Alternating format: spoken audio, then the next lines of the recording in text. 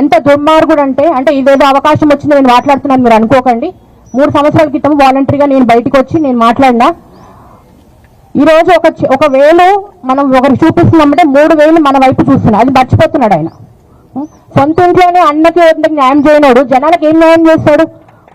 ఎవడో ఒక్కడ ఏదో చెప్పగానే తీసుకొచ్చి మైకుల ముందు ఆ నెలకు ఒకసారి మైకుల ముందు వచ్చి ఇష్టం వచ్చినట్టు మాట్లాడి ఇష్టం వచ్చినట్టు ఆరోపణలు చేస్తే, ఇప్పుడు హరీష్ అన్న రాజకీయ భవిష్యత్తు నీ ఏజ్ కాదు, అన్నకున్నటువంటి రాజకీయ ఎక్స్పీరియన్స్ ఒక నీ ఏజ్ కూడా కాదు. అట్లాంటి పెద్ద మనుషుల మీద నీ ఇష్టం వచ్చినట్టు మాట్లాడుతున్నావు. ఏది మాట్లాడినా ప్రూఫ్తో మాట్లాడు. ఎవరో కోన్ తీసుకున్నాడు వచ్చి నేను రెచ్చగొట్టగా నేను ఒక ఆల్తు ఫాల్తు పేపర్ పట్టుకొచ్చి కూర్చొని మైక్ల ముందు కూర్చొని ఒక కుక్క అరిచినట్టు అరిచిపోతావు. ప్రూఫ్ తీసుకురా. ఇప్పుడు మైపాల్ రెడ్డి మీద ఆరోపణలు చేసినప్పుడు అన్నగారు ఎట్లా చేసిరు? ప్రూఫ్తో సహా వచ్చి ప్రెస్ మీద నిరూపించుకుంటున్నాడు. నీకు దమ్ము ధైర్యం అనేది ఏమైనా ఉంటే నువ్వు కూడా ప్రూఫ్ తీసుకొచ్చుకొని మాట్లాడు.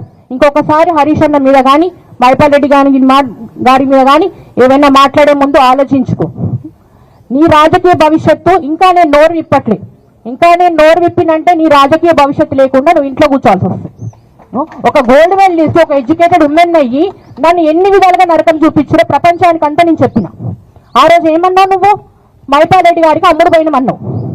అడగండి వాళ్ళు మైపాల్ రెడ్డి గారిని, ఎమ్మెల్యే గారిని అడగండి. ₹1 తీసుకున్నా మేము ఇట నువ్వు అమ్ముడు పోతావు, నువ్వు దామోదర్ రెడ్డికి అమ్ముడు పోతావు, వంగి నమస్కారాలు పెడతావు.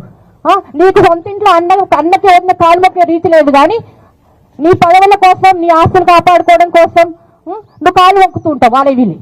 ముందు నువ్వు తల్లిని గౌరవించడం నేర్చుకో, అన్నం గౌరవించడం నేర్చుకో, వద్దని గౌరవించడం నేర్చుకో. తర్వాత రాజకీయం చేద్దు, ప్రజల సమస్యలు తీరుతూ. అసలు నిన్ను నమ్మి ఆ జనాలు ఎట్లా వస్తే నాకు ఇప్పటివరకు అర్థం కాదు ఇంకా.